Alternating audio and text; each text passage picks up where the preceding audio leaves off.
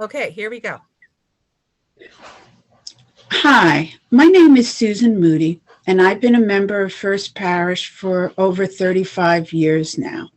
And I just wanted to take a moment to share with you some of my personal reflections on my journey towards anti racism.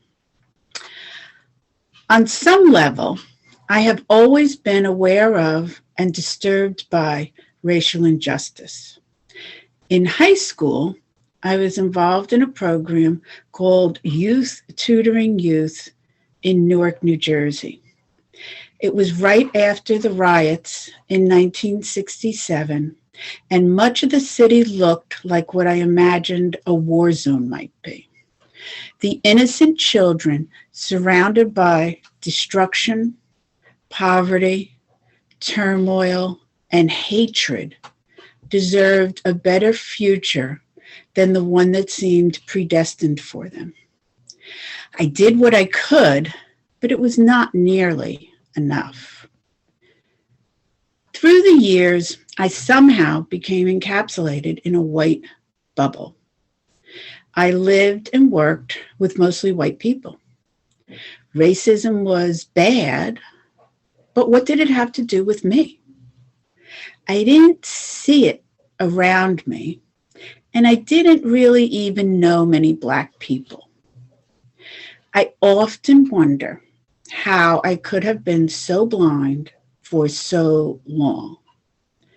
What could I, living in predominantly white suburbia, do to address racism? I couldn't think of a thing. About 4 years ago, a group of Holliston residents formed Diverse Holliston to address, diversity issues in our predominantly white town. I joined and got to know folks who were different from me. This was a good start. All of the events, marches, and book clubs that they sponsored helped to open my eyes to issues that I had been blind to for so very long. Still, was that enough? When I saw the life being deliberately squeezed out of George Floyd, I felt angry, disgusted, and hopeless. Something had to be done to stop the systematic killing of Black men. What would that something be? And what could I do? I decided that educating myself was a good first step. Our church community offered several ways to start my journey towards becoming an anti-racist. I took the Mindful Anti-Racism course at Open Spirit.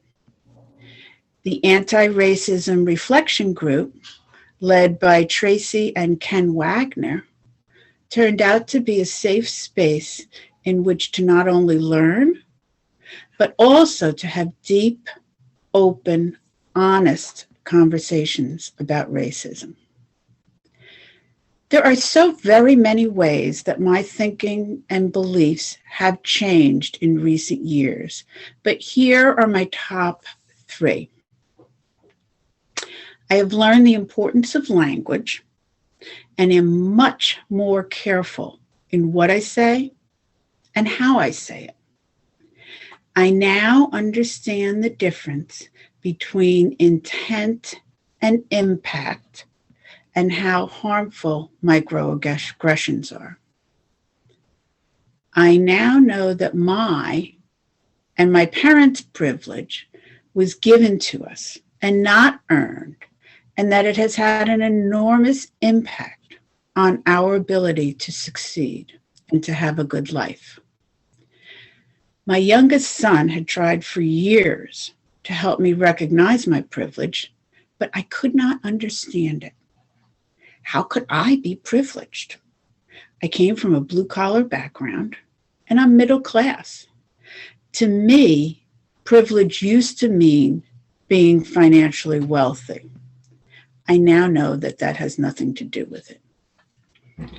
I am not a racist. in the same way as members of the Ku Klux Klan are. As a matter of fact, until recently, I would have bristled at being called racist. However, until I truly become an anti-racist, I am a racist. I have definitely benefited and continue to benefit from the white supremacy culture that defines our country. Although I am not yet sure how to, I must find a way to start dismantling this culture.